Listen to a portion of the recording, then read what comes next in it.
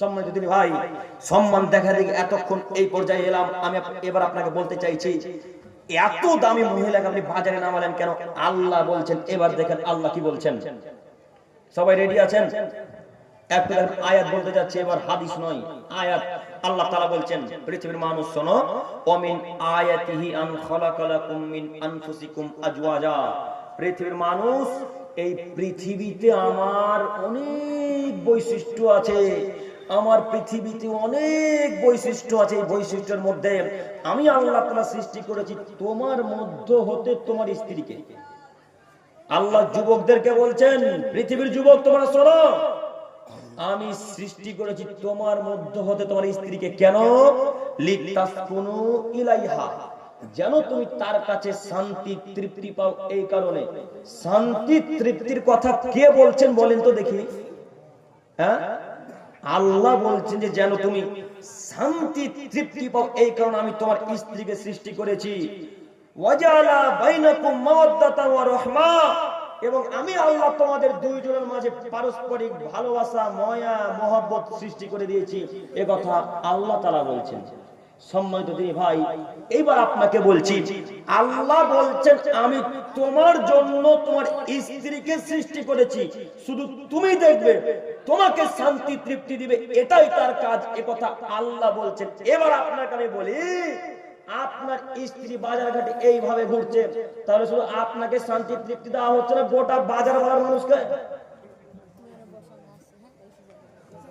গোটা বাজার বালা। আরো একটা কথা বলি, আপনাকে অনুরোধ করে বলতে চাইছি, সকালবেলা সবজি যখন বিক্রয় করতে এসেছিল, একবার আল্লাহ আল্লাহর কসম করে বলবেন, কেউ মিথ্যা কথা বলবেন না, আল্লাহ আল্লাহর কসম করে বলবেন, মালোপাড়াতে আজকে যখন সকালবেলা সবজি বিক্রয় করতে এসেছিল, তখন ওই সবজিওয়ালার কাছে সবজি কে কিনতে গেছিল? আপনি না আপনার স্ত্রী? কথা বলেন, কে গেছিল? মহিলারাই গেছিল সবজি কিনতে, যায়নি? মহিলারাই সবজি কিনতে গেছিল। তাহলে কি মালোপাড়ার সব পুরুষ মানুষ কবরে ঢুকেছিল নাকি? মহিলা সবজিওয়ালার কাছে কেন? মহিলা কেন সবজিওয়ালার কাছে? মহিলা সবজিওয়ালার কাছে যাবে কেন? মহিলা বাড়িতে থাকে, আব্দুল করিম ভাই তো মহিলা কি সবজি কিনবে না? না, সবজি কিনবে না। বাড়িতে যদি কোনো পুরুষ মানুষ না থাকে তখন মহিলারা যাবে, তবু এভাবে বেহায়ার মতো যেতে হবে না। সুন্দর করে একটা চাদর গায়ে দেবে, হাত এই পর্যন্ত ঢেকে, দূর থেকে সবজিওয়ালাকে বলবে, সবজিওয়ালা ভাই ওই পটল, ওই আলু আর ওই ঢেঁড়স প্রয়োজন, আপনি আমাকে গিয়ে দেন। তার কাছে যেমন আরো একটা নীতি দেখায়, ঢেঁড়স বুঝলেন কি? ভেন্ডি, রাম পটল না? রাম পটলের কথা যখন এলো তখন আর একটা কথা বলে যায়, আপনারা আপনার স্ত্রী কত বড় বেহায়া, আপনারা আপনার স্ত্রী কত বড় বেহায়া, দেখেন আপনাকে একটু দেখাই। আচ্ছা, যখন ভেন্ডিওয়ালার কাছ থেকে ভেন্ডিগুলো নিচ্ছিলেন তখন আগাল ভেঙে ভেঙে নিচ্ছিলেন না? নিচ্ছিলেন তো? আচ্ছা, এবার আপনারা বলেন তো দেখি, যে লোকটা মালোপাড়াতে ভেন্ডি বিক্রয় করতে এসেছে, যখন বাজার থেকে ক্রয় করে নিয়ে এসেছিল, ভেন্ডির আগালগুলো ভেঙে ওজন করা হয়েছিল না ভেন্ডির আগাল সমেত ওজন হয়েছিল? যে সম্পূর্ণ ওজন হয়েছিল। তো আপনি আর আপনার স্ত্রী যে প্রত্যেকটা আগালের ভেন্ডির আগালকে ভেঙে ভেঙে নিলেন, তখন এই লোকটার ওজন কমলো না বাড়লো? যে কমলো। তো এই লোকটাকে এখন কিয়ামতের মাঠে নিয়ে দিতে পারবেন? কথা বুঝেননি? এটা কি অত্যাচার নয় সভাপতি সাহেব? এটা কি অত্যাচার নয়? কথা বুঝতে পারেননি আপনারা না? এটাই হলো অত্যাচার। কেন আপনার স্ত্রী ভেন্ডির আগাল ভাঙবে? ভেন্ডি বুড়া হোক কা জালি হোক, সব ভেন্ডি একসাথে ভেঙে নিতে হবে, একটা ভেন্ডির আগাল ভেঙে নিতে পারবেন না। বুঝে গেছেন ইনশাআল্লাহ? তবু আপনার স্ত্রী ভেন্ডিওয়ালার কাছে যেতে পারবেন, আপনার স্ত্রী দূর থেকে বলবে, ভাইয়া ওই সবজিটা দেন, ভাইয়া ওই সবজিটা দেন, যার যেটা প্রয়োজন সেটা নিবে। জরুরি প্রয়োজন ছাড়া মহিলারা বাড়ি থেকে বের হবে না। আপনাকে এবার বলতে চাইছি, আল্লাহ বলছেন, পৃথিবীর মানুষ তোমরা শোনো, আমি তোমাদের স্ত্রীকে সৃষ্টি করেছি তোমাদেরকে শান্তি তৃপ্তি দেওয়ার জন্য। আয়াত আল্লাহ বলছেন, আমি নয়।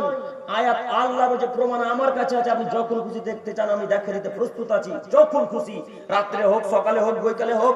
আব্দুল করিমকে বল, আব্দুল করিম ভাই এই আয়াত কোথায় আছে একটু দেখান, আমি দেখানোর জন্য প্রস্তুত। আল্লাহ বলছেন, আমি তোমার স্ত্রীকে সৃষ্টি করেছি তোমাকে শান্তি দিবে, তৃপ্তি দিবে, এই জন্য। এবার আপনাকে বলছি, ওই যে আপনাদের প্রত্যেকটা গ্রামে গঞ্জে টিউবওয়েল আছে, এই টিউবওয়েলে গোসল করছে মহিলারা, কেন বলেন? এবার মহিলারা টিউবওয়েলে গোসল করে না? কথা বলেন একটু আমার সাথে। করে তো? মহিলারা পুকুরে গোসল করে না? নদী আছে পাশে, হ্যাঁ আরো তো মজা হয়ে গেল। তাহলে ট্যাপও আছে না, আর নদী আছে মানে মহিলার তো ট্যাপও যাবে, নদী যাবে। নদীর বিষয়টা তো বুঝি। জি একটু টাকা যুবক ভাই আপনাদের বলি, মুরব্বী সাহেব আপনাকে বলি, একটু খারাপ লাগছে কিনা দেখেন। ওই যে নদীতে আপনার স্ত্রী গোসল করছে, ওখানে কি সবই মহিলা, একটা পুরুষ মানুষ যায় না? যায় না? যায়। হাজার হাজার যুবকে আপনার স্ত্রীকে দেখছে, আপনাকে খারাপ লাগে না গো? একটুকু খারাপ লাগে না? আমাদের বাড়ির একটা নিজস্ব ঘটনা একটু দেখাচ্ছি, একটু তাকান। আমাদের বাড়িতে গাড়ি আছে, আমরা গাড়িতে যাতায়াত করি। তো বাড়িতে যদি কোনোদিন কোনো প্রয়োজনে গাড়ি কোনো ছোট ভাই বা বড়দা নিয়ে যায় বা কোনো আত্মীয়স্বজন নিয়ে যায়, তখন আমরা টোটোতে যেতে বাধ্য হই। টোটো বুঝলেন? চেন্নাই এই টোটোগুলা। তো টোটোগুলাতে যেতে যেতে যদি আমাদের স্ত্রীর পাশে কোনো পুরুষ মানুষ বসে, তো মনে হচ্ছে যেন গায়ে কাঁটা ঢুকে এপার ওপার হয়ে গেল, এত খারাপ লাগে। ছি ছি ছি, এইভাবে স্ত্রীর পাশে বসবে, কেমন লাগছে? ভালো লাগে না। এতটুকু খারাপ আমাদেরকে লাগে। আর আপনার স্ত্রী নদীতে গোসল করছে, হাজার যুবকে দেখছে উলঙ্গ অবস্থায়, আপনাকে খারাপ লাগে না গো? হ্যাঁ, একটুকু খারাপ লাগে না? কিভাবে সহ্য করা যায়? আমার স্ত্রী নদীতে গোসল করবে কেন? আরে আমি কি ইহুদি নাকি? আমি কি খ্রিস্টান? আমি কি নাসারা নাকি? নাসারাদের একটা বৈশিষ্ট্য আছে, খ্রিস্টানদের একটা বৈশিষ্ট্য আছে, তারা রাস্তাঘাটে উলঙ্গ হয়ে গোসল করবে, তারা উলঙ্গ হয়ে ঘুরে বেড়াবে। দেখতে পান না? খ্রিস্টান নাসারা ইহুদিদের একটা বৈশিষ্ট্য আছে, তারা যখন বাড়ি থেকে বের হয় তখন একবারে বুকের কাপড়কে ফেলে দিয়ে ঢিলা ঢালা পোশাককে বাদ দিয়ে টাইট ফিটিং পোশাক পরে বাড়ি থেকে বের হয়। এটা খ্রিস্টানদের নীতি, এটা ইহুদিদের নীতি, এটা বেধর্মীদের নীতি। বলেন আপনার স্ত্রী এইভাবে কেন বাইরে ঘোরাঘুরি করবে? আপনার স্ত্রী কেন এইভাবে নদীতে গোসল করবে? আশ্চর্যের বিষয়, যেই নদীতে গোসল করে ওই ঘাটে পুরুষরাও গোসল করে, যুবকেরাও গোসল করে। কারো খারাপ লাগে না? কারোর একটু খারাপ লাগে না? সবাই নাকি ইহুদি, সবাই নাকি খ্রিস্টান, সবাই নাকি কখনো কখনো বেধর্মী হয়ে গেছে, এত খারাপ লাগে না কেন? যদি খারাপ লাগতোই তাহলে মালপাড়ার মানুষ নদীতে গোসল করবে কেন? মালপাড়ার মহিলারা নদীতে গোসল করবে কেন? একটু জরুরি একটা হাদিস পেশ করি। একটা সাহাবী খোলামেলা ময়দানে গোসল করছিলেন, একটা সাহাবী খোলামেলা ময়দানে গোসল করছিলেন। ওই রাস্তার পাশ দিয়ে আরেকটা সাহাবী চলে যাচ্ছিলেন। এই লোকটাকে দেখে আল্লাহ রাসূলের কাছে গিয়ে বললেন, আল্লাহ নবী, এই ব্যাপার, একটা লোক এইভাবে উলঙ্গ হয়ে আপনার একটা গামছা পরে খোলা ময়দানে গোসল করছে। আল্লাহ নবী, একটা পুরুষ মানুষ, পুরুষ সাহাবী এইভাবে খোলামেলা ময়দানে শুধু একটা পাতলা গামছা পরে পুরো শরীরকে উলঙ্গ করে গোসল করছে। আল্লাহ নবী এর ব্যাপারে কিছু বলেন। তখন আল্লাহ নবী ওই লোকটাকে বলে, শোনো, ইন্নাল্লাহা হাইয়ুন, নিশ্চয় আল্লাহ তো লজ্জাশীল এবং আল্লাহ তো লজ্জাশীলকে ভালোবাসেন। নিশ্চয় আল্লাহ লজ্জা আছে, আল্লাহ লজ্জাশীল ব্যক্তিকেই ভালোবাসেন। আল্লাহ নবী বলেন, শোনো, যখন তুমি এর পরে থেকে গোসল করবে তখন তুমি পর্দার আড়াল থেকে গোসল করো, পর্দার ভেতরে গোসল করো, পর্দার ভেতরে গোসল করতে। আল্লাহ নবী বলছেন, জরুরি এখানে একটি কথা আপনাকে আমি বলতে চাইছি, পুরুষ মানুষ যদি একেবারে ওর খোলামেলা জায়গায় উলঙ্গ হয়ে গোসল করতে না পারে, তাহলে মহিলা মানুষের কি কোনো প্রশ্ন আছে? জি, মহিলাদের কি কোনো প্রশ্ন আছে? মহিলাদের প্রশ্ন আসে না। এরপরে মহিলারা খোলামেলা জায়গায় নদীতে গোসল করছে, কেউ বাধা দেয় না কেন? কেউ কিছু বলে না কেন?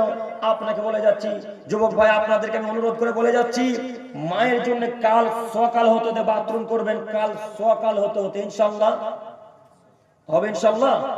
আব্দুল করিম ভাই, বাথরুম করার জন্য টাকা নাই। কে বলেছে টাকা নেই? কে বলেছে টাকা নেই? আপনাদের প্রত্যেকের কাছে 5G আর 4G ফোন আছে না? কথা বলেন একটু, আছে না? এই 5G 4G ফোনের আনুমানিক দাম 20,000-20,000 এর নিচে নয়, তাই না? আনুমানিক দাম বললাম 20,000, হয়তোবা কারো কারো 17-18,000 আছে, সেটা ভিন্ন বিষয়। একটু আপনাকে বলি, এই ফোন না কিনে 17-18,000-20,000 টাকা দিয়ে মায়ের জন্য একটা বাথরুম করা যেত না? কথা বলে না? যেত কি? যেত। তো করলেন না কেন? আপনি মায়ের জন্য বাথরুম করলেন না কেন? নিজের স্ত্রীর জন্য বাথরুম করলেন না কেন? কেন আপনার মা কেন নদীতে গোসল করবে? আপনার মা কেন টিউবওয়েলে খোলামেলা জায়গায় গোসল করবে? কেন করবে? এই টিউবওয়েলে মসজিদের সামনে খোলামেলা জায়গায় গোসল করবে কেন? কি দেখাতে চাচ্ছেন নিজেকে? আপনারা যারা মুসল্লি তারাও বাধা দিতে পারেন না?